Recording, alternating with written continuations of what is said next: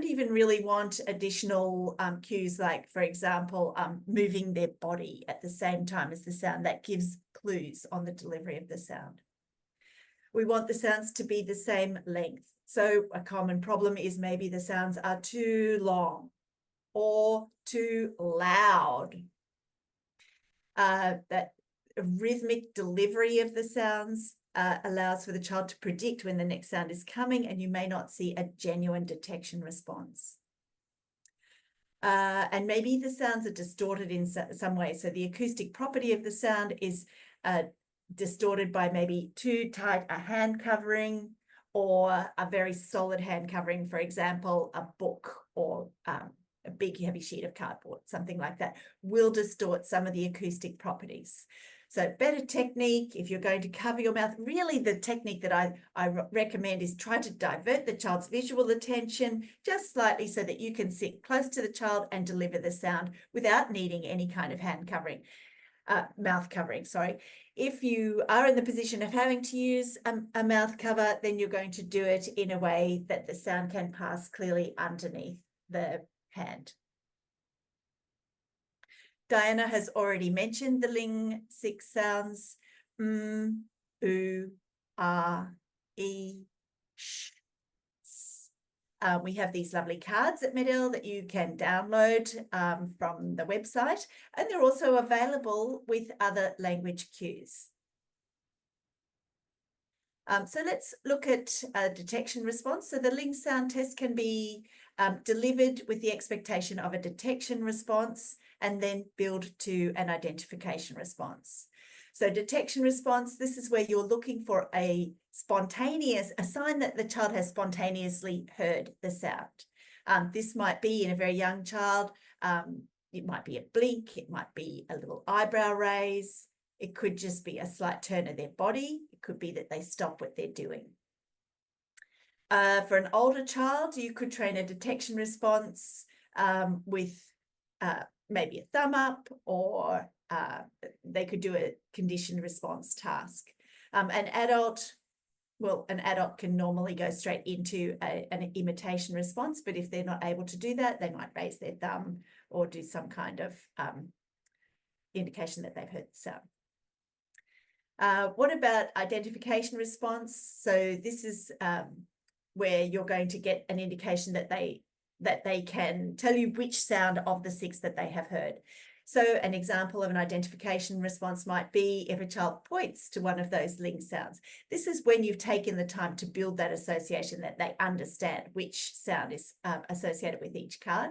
They can point to a card. They might choose a toy that is associated with that sound. So you've built that association. Ideally, you're going to jump to an identification response that is an imitation of the sound once the child is able to reliably produce those 6 sounds.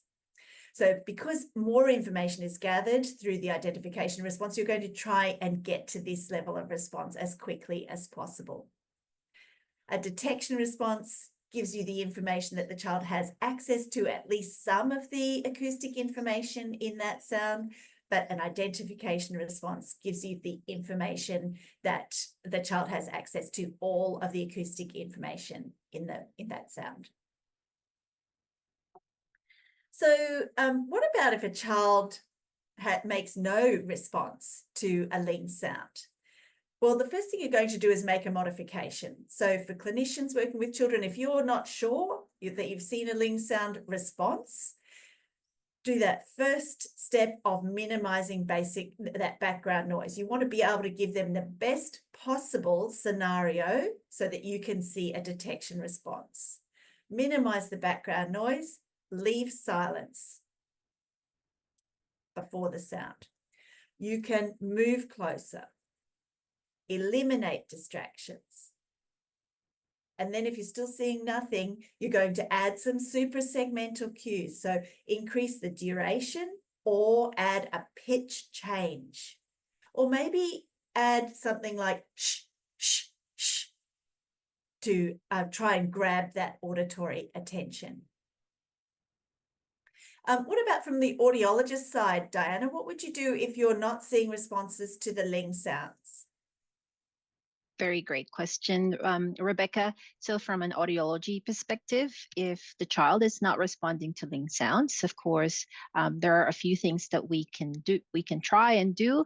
First is to check the ear health. So of course, a quick otoscopy can give you a lot of information straight away to see if there's any impacted wax or if there's any active ear infection that could be potentially affecting the hearing of the child in general. Of course, it's also good to check the technology side of things. So check if the batteries are functioning in general, because sometimes there are a few occasions wherein that has happened to me, didn't realize that it just requires a quick battery change. And then we can also look at troubleshooting the rest of the technology. So you can look at if there's any issues with the coil cable or the coil, or just looking at the individual parts of this audio processor. So once you have checked all of those components and you know that nothing is wrong from that side, then we can look at the map per se. So if a previous Ling test results are available, I would initially compare what the child was hearing previously versus what they're hearing during that particular session. Gives me an overall understanding of what they're capable to do before and what they're missing out now. Also, another thing you can consider is look at the actual MCL levels. So if time permits, you can do ESRT testing. Here in Australia, I would say we don't use it routinely for mapping, but it's also a troubleshooting tool for us to check the map levels. And of course, we can, if time permits, you can also do some sound field testing just to look at the general access to sound. So I hope those tips are useful on the audiology side of things if the child is not responding to Ling Sound tests. Now, I guess now we will look at a few case studies, Rebecca. Is that okay? Yeah, please do. So, for example, in this particular scenario, there's no detection of and oo, but the child is able to detect e. In the Medell system, we all know that with our electrode arrays, electrode contact 1 is towards the apex of the cochlea, which is responsible for the low tones. And then electrode 12 is on the basal part of the cochlea, which responds to the high-pitched tones. So in this scenario, if the child is not detecting and oo, generally those are more lower, deeper tones. So we can look at potential insufficient levels at the low channels. So a good solution for that is we could look at increasing the MCL levels towards the apical channels, which could be electrode 1 to 4. Do you have anything to add, Rebecca? No, that sounds great. Alrighty. Now let's look at another scenario. So in this case, there's no detection of, and so hopefully that's audible this time around and my microphone is not playing tricks. Yeah, thank you. I did hear that one. So as mentioned earlier, again, looking at the electrodes, are more high-pitched sounds. So perhaps in this scenario, if the child is not hearing it, then there may be some insufficient levels for the high channels, for the electrode, potentially electrode 10 to 12. So that's one thing that we can look as well if they are not detecting those sounds. Now, another example, next slide, please. So now what happens if the child is able to detect but not. Now, as we know, with both are high frequency tones. However, they have slightly different formants.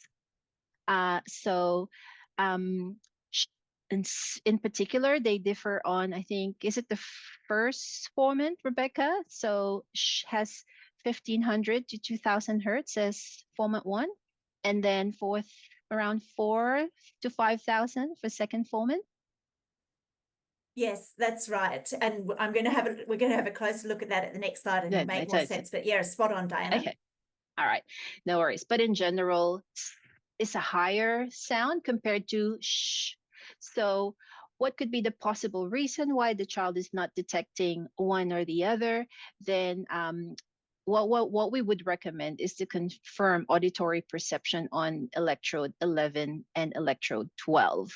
So if, for example, there's no detection of sound on electrode 12, then potentially, and there's no loudness growth as well, then we can potentially look at deactivating that particular channel. So now I'll hand you guys back to Rebecca, and I think this is where we're going to look closer at the different formants and frequencies. Yeah, great. Thank you. So you are absolutely right, Diana. Here we've got the acoustic information for s and sh. And you can see it is really concentrated in the high frequencies, and sh has a lower band around 1500 to 2000. I guess the really significant thing here that will grab people's attention is that the reference for this table comes from an American study, so acoustic characteristics of American English vowels. And perhaps you are wondering whether there's any impact if you are using anything other than American accented English.